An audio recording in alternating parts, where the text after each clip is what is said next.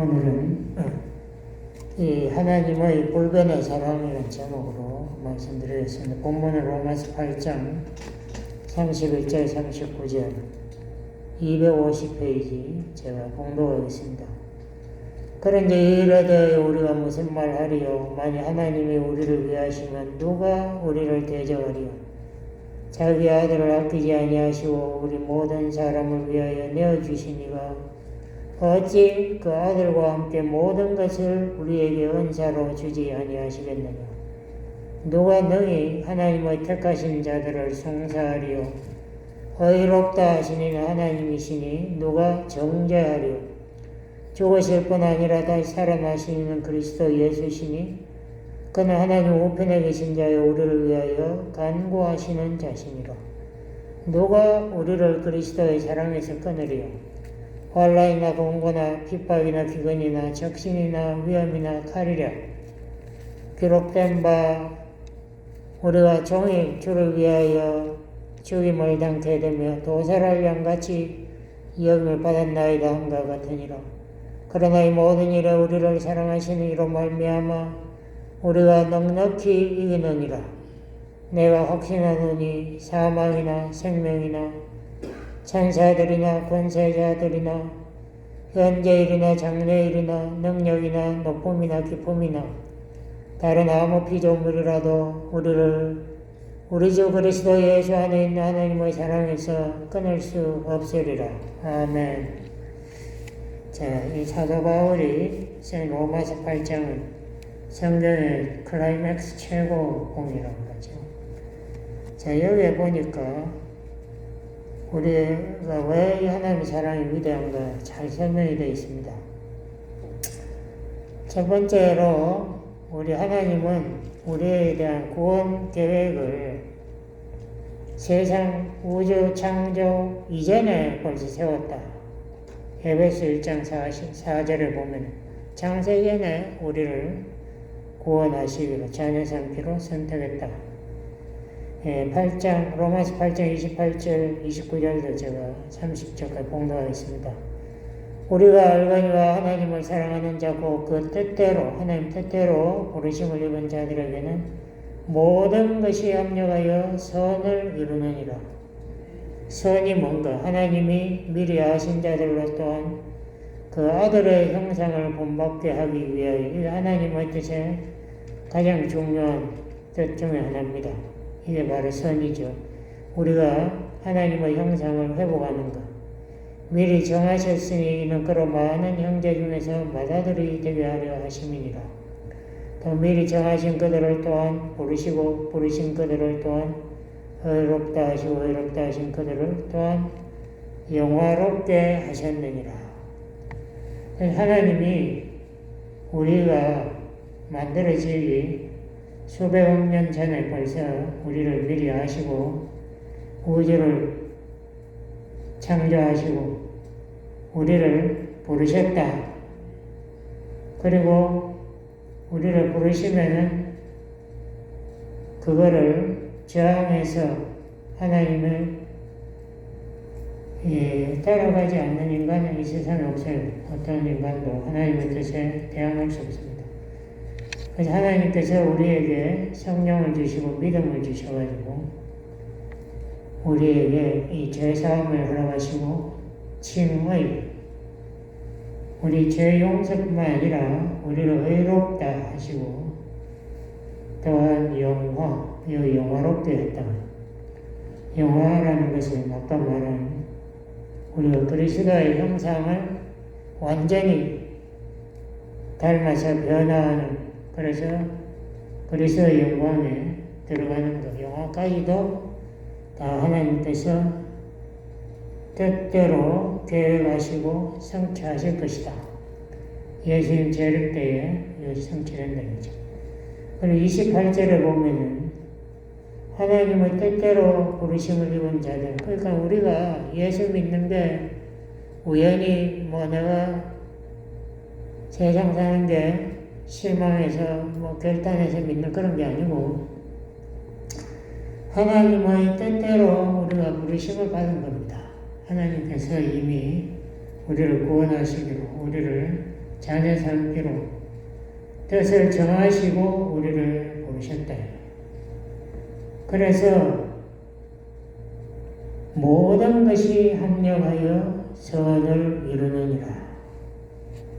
우리의 삶이 우리가 보기에는 뭐 실패, 성공, 한심한 것도 많고 부끄러운 것도 많고 희망이 있나 없나 회의적이 될 수도 있지만 하나님의 관점에서는 모든 것을 다 하나님께서 우리가 예수님 닮도로 미리 계획하시고 우리의 삶에 성공만 주시는 게 아니라 실패도 좌절도 슬픔도 이 아픔도 주신다. 이 모든 것이 다 하나님의 뜻 안에서 우리에게 와가지고 그 참여하여 우리가 예수님의 형상을 본받도록 우리를 겸손하게 우리가 인내라는 게 뭔가 우리에게 가르쳐 주신 것, 우리에게 성실한 게 뭔가.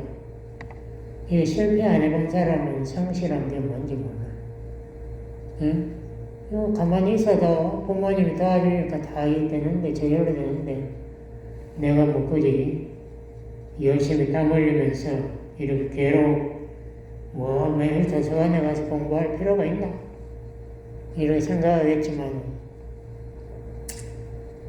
우리가 그러한 시련, 어려움, 그러한 고통, 고난을 통하여서 우리가 충성, 신실함, 인내 이런 걸 배우는 거예요. 하나님께서 우리를 예수님 닮게 하려고 그 모든 것을 우리 삶에 적당하게 우리가 영적으로도 우리 하나님이 우리에게 100% 우리가 하나님 말씀대로 살지 못하고 이렇게 죄의 성품을 놔두셨는가? 그러니까 죄에 자꾸 좌절을 함으로써 우리 자신이 얼마나 악한 것을 점점 더 깊이 깨달아가고 우리가 하나님의 도움이 얼마나 더 필요한가 간절히 하나님께 매달리는 믿음이 점점 더 자라나는 거예요. 다 필요하니까 하나님 주신 거죠. 그 하나님의 뜻에 넘버원은, 넘버2는 우리가 그리스도의 모습을 닮아가는 거고요. 넘버1은 그리스도가 영화받는 겁니다. 그래서 이 우주의 주인공은 인간이 아니고 예수님이죠. 예수님을 위해서 하나님이 우주를 만드시고 인간을 만드신 거예요. 골로새서 1장 18절에 그 아주 성경의 핵심적인 내용인데요. 예수님이 모든 피조물의 첫 자리라는 것은 넘버 1, 2, 3 뭐 순서를 정하는 게 아니고 가장 중요한 자리, 그분이 가장 높은 자, 그분이 절대 주권자가 되도록 하는 것이 하나님의 뜻의 가장 핵심입니다.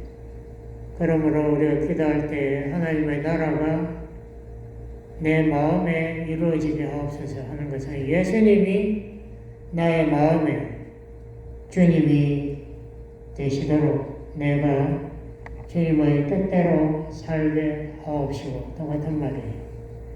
그렇게 할 때 예수님이 영광을 받고 하나님 뜻이 이루어진다. 그리고 하나님이 예수님을 그렇게 높이 세우신 뭐 여러 가지 이유가 있겠지만 가장 핵심적인 이유 하나가 사탄의 유혹으로 온 세상 경영권을 맡은 아담이 죄를 범했습니다. 그러므로 온 세상이 다 타락했어요. 인간 책임자가 타락하니까. 그래서 예수님이 모든 만물을 다시 아버지와 화해를 이루게 하신다. 골로새서 1장 20절에 보면 그렇게 나왔습니다. 그게 하나님의 뜻이다. 하나님의 뜻은 넘버원이 온 우주가 하나님의 창조 계획을 회복하고 하나님의 찬양하는 것. 제가 옛날에 꿈에 보니까요. 제가 어제 바닷가에 갔는데 거기가 어딘지 모르겠어요. 뭐 뉴질랜드인가는 그렇게 생각했는데 저 파도가 치고 그 옆에 산이 높은 산들이 있는데 산에 전나무 같은 나무가 콱 우거져 있더라고요. 근데 뭐 너무 그 밤인데 하늘엔 별이 반짝이는데 이게 전부 리듬을 다 노래를 하는 거예요. 소리는 안 들리는데. 보면은 별이 밝아졌다 어두워졌다 하면서 그 리듬을 맞추고 파도가 높이 올라갔다 내려갔다 하면서 그 리듬을 맞추고 이게 합창을 하는 거 우주가.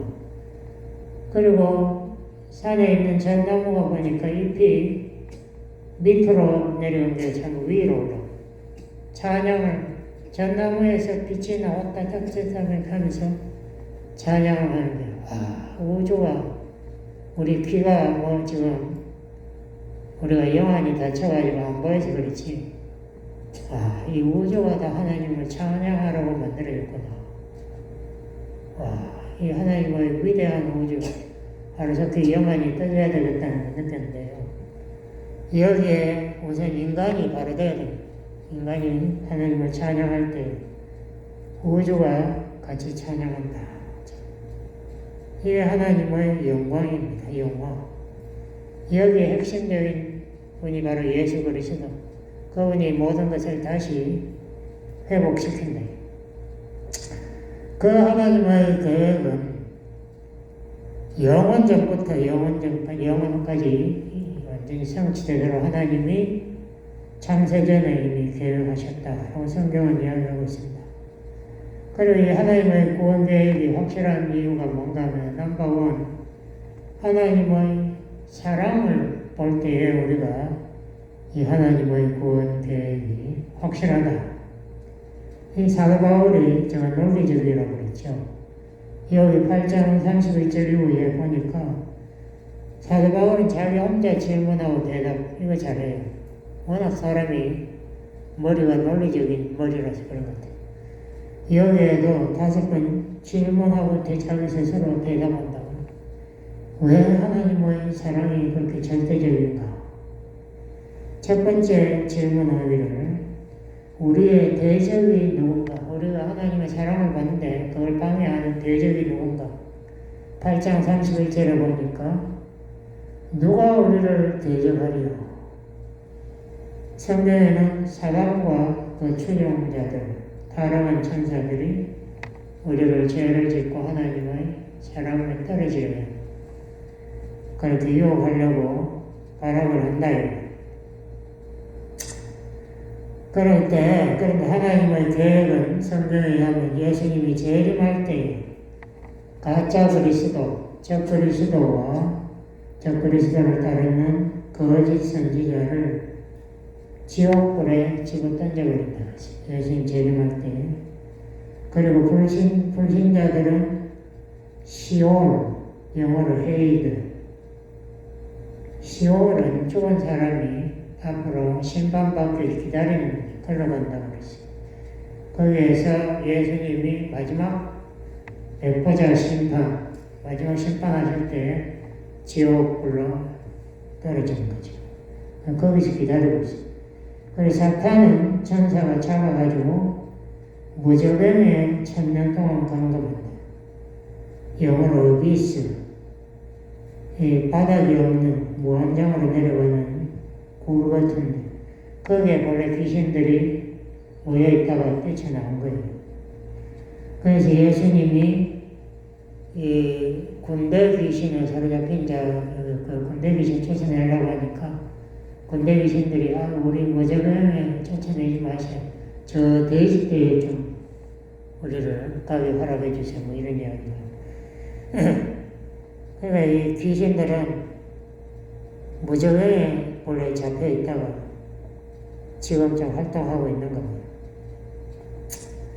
그런데 예수님이 재림에서 1000년 동안 다스린 동안 또 무저병에 잡혀서 세상 사람을 유혹하지 못하게 하다가 1000년이 끝나면은 온 세상을 유혹하기 위해 잠깐 놓일 때 또 예수님과 전쟁을 벌이다가 마지막으로 잡혀 지옥불로 집혀난다.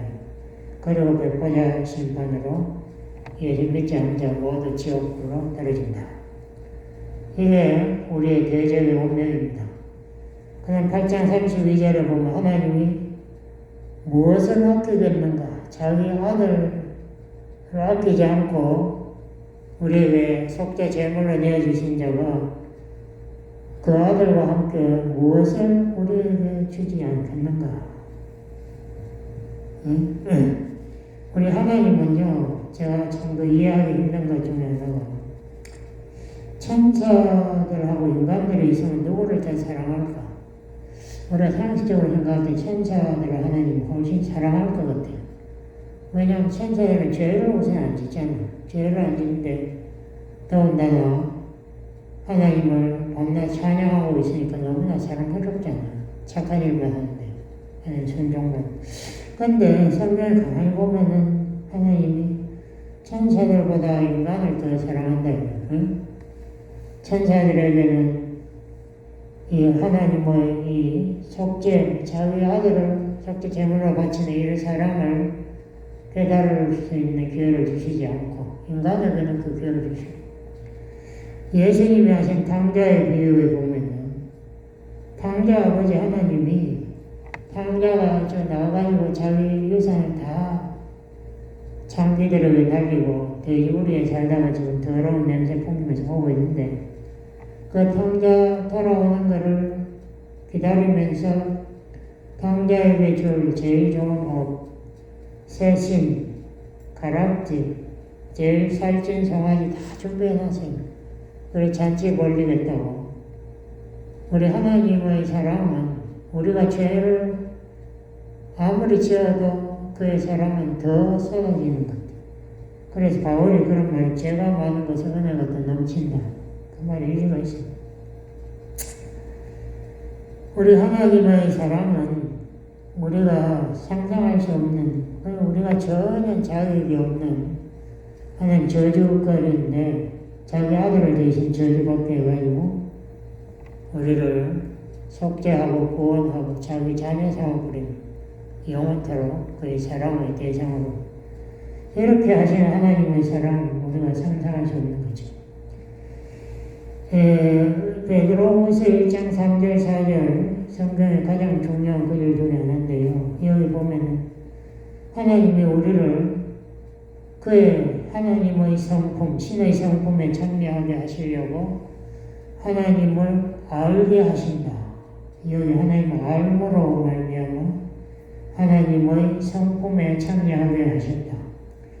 하나님 안다는 이 말을 헬라어로 에피그노시스, 그노시스보다 이거는 더 완전한 지식, 더 친밀한 지식, 인격적 공감, 에피그노시스라고 말해요. 이거를 제가 체험적인 지식이라고 여러 번 설명했죠. 우리가 말로만 듣고 그것을 깨닫기가 참 어렵습니다. 그래서 이 동영상도 보여주고 하잖아요. 다 보고 하는 게, 시청하고 하는 게. 이게 직접 그걸 실천해봐야 이게 무슨 뜻인지 알 수 있다. 그래서 디도서 1장 16절에 보면 이런 말을 하나님 안다고 말만 하지만 행위로 보이는 참 무서운 말이에요. 오늘날에 교인들의 상당수가 여기에 속하는 것도 제가 보기에는 말로는 안다고 성경 안다고 뭐 큰 소리 붕붕 치는데 라디오는 많이 들어가지고 행동으로는 부인하는. 그러니까 행위가 따라오지 않으면 그 지식은 다 헛되다는 이야기죠. 자, 이거 베드로후서 1장 4절에 에피그노시스, 이것도 행동을 통하여 그것을 참으로 깨닫는 지식을 가지게 되고 그렇게 함으로 신의 성품에 참여하게 된다.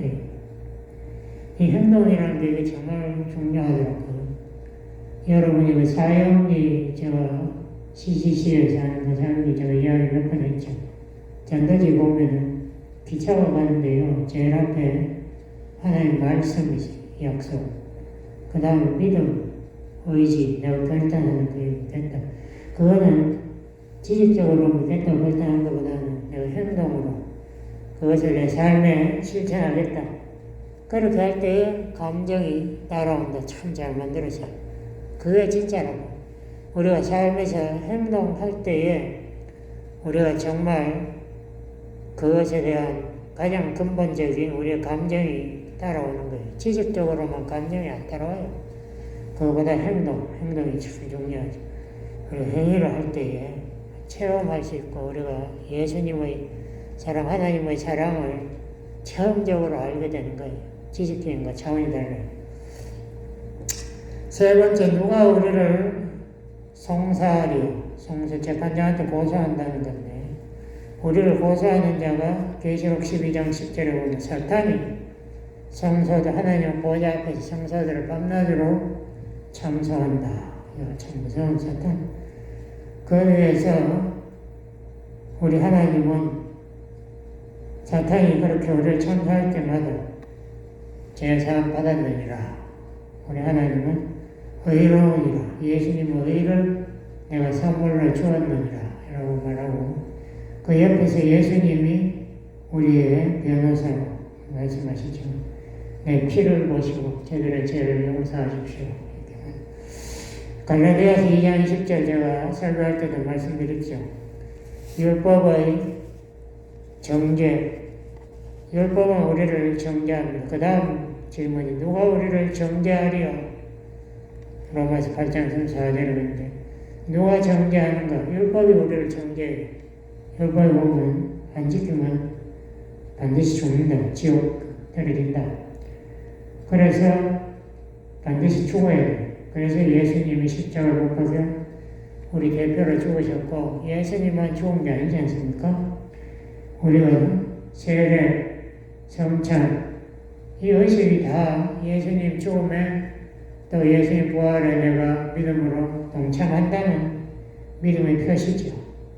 그래서 예수님과 함께 내가 율법의 정죄로 죽었지만 예수님의 부활에 믿음으로 동참합니다. 그러므로 우리가 정죄, 그리스도 예수 믿는 자에게는 결코 정죄함이 없다. 로마서 8장 1절은 우리에게 선포하고 있죠.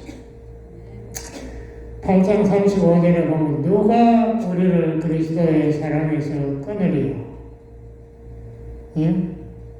그리스도의 사랑, 자기 목숨을 바쳐서 우리를 살리신 그리스도의 사랑에서 무엇이 끊을까? 7가지를 여기 바울이 열거하고 있는데요. 환란, 첫 번째 환란, 우리 문제 여러 가지 지금 코로나 바이러스 이런 게 있죠. 공고는 감옥소에 갇히는 거는 이런 행동이 부자연하게 되는 공고, 어려움. 그 다음에 핍박은 우리의 자유를, 북한 같은데 핍박이, 공산주의 핍박, 기근, 먹을 게 없는 아프리카 기근, 적신, 오늘날은 옷이 너무 많아. 얼마나 싼지 모르냐. 아마존 같은 데 보면 정말 싸게 나오거든요. 그렇지만 옛날에는 옷이 굉장히 귀하고 옷이 없었어요. 예수님 돌아가실 때 배워먹고 돌아가셨어요. 적신, 위험이, 지금 산불, 뉴스 보니까 불이 그냥 몇 분 만에 전부 불이 삼키더라고. 불덩어리가 막 날아오니까, 참 무섭더라고요. 그리고 칼. 이 모든 환란에서 우리가 사랑하는 하나님 때문에 넉넉히 이긴다. 라고 이렇게 적어놨어요. 넉넉히 이긴다. 37절. 넉넉히. 합쳐서 영어로 모든 컨커러지. 정복자 이상으로 우리가 승리한다. 예수님이 다 이겼으니까. 우리는 예수님 안에서 충분히 이긴다. 그러므로 근심할 필요가 없는 거예요. 그 38절 이후에 보면은 여러 가지 어려운 상황, 이것도 우리를 끊지 못한다. 어떤 상황에도 하나님의 사랑에서 우리는 끊어지지 않는다. 제일 처음에 나오는 게 죽음. 어떤 사람이 청년이 자살했더라고. 우울증 걸렸는데 자살. 그 부모가 근심을 하더라고. 이 자살하면 지옥 가나. 옛날에 한국의 유명한 배우가 최진실인가? 자살하니까 목사들이 토론을 하더라고. 자살하면 지옥 가냐. 자살도 하나님의 사랑을 끊을 수 없다는 걸 성경에서 나오는데 무식한 사람들이 그거 가지고 막 토론하고 야단이 났더라고. 죽고 사는 거, 천사, 마귀, 현재, 미래, 능력, 높고 낮고 뭐 어떤 피조물도 하나님의 사랑에서 우리를 끊으셨다. 또 현대 과학이 사랑이 인간의 가장 중요하다는 거 다 밝혔습니다. 옛날에 어떤 병원에서 테스트를 했어요. 아기들을 한 100명 반으로 나눠가지고 반은 시간이 있을 때마다 거기서 안아주고 사랑해주고 속삭여주고 했는데 반은 내버려두고 기저귀만 갈아주고 우유만 갖다주고 이런 식으로 하니까 그 내버려둔 아이들 중에 상당수가 제가 기억하는 15% 이상이 죽었어요. 병이 들어가요. 근데 잘 돌봐준 아이들은 하나같이 다 건강하고 병드는 아이가 없었다. 그런 데이터도 있고요. 그러므로 어머니가 어린 아기를 2살 전에 내버려놓고 일 나가면 그 아기는 정서적으로 발달에 문제가 생긴다. 옛날에 한 소녀가 꽃밭에 갇혀있는 나비를 잡아가지고 날려주니까 그 나비가 순식간에 여정으로 변했대요. 여정이 말하는 네가 나를 이렇게 착한 마음으로 도와줬으니까 네 소원을 이루어주마. 네 소원이 뭐냐 하나만 말하라. 그래서 이 소녀가 나 행복하기 원해요 하니까 속닥속닥 여정이 이야기했습니다. 모든 사람은 너의 사랑을 원하는 거 아느냐. 사람들에게 사랑을 베풀면 그 사람들이 너에게 다 행복을 베푼다. 너는 이제부터 사람들에게 사랑을 베풀어라. 늘 사랑하는 말을 하라. 라고 이렇게 했다고요. 그래서 이 소녀가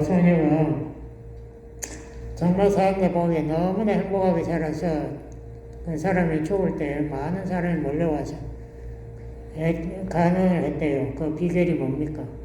그래서 행복의 비결은 옛날에 여정이 가르친 대로 사람들을 사랑한다고 자꾸 이야기하면 돼요. 이렇게 이야기했다고 합니다.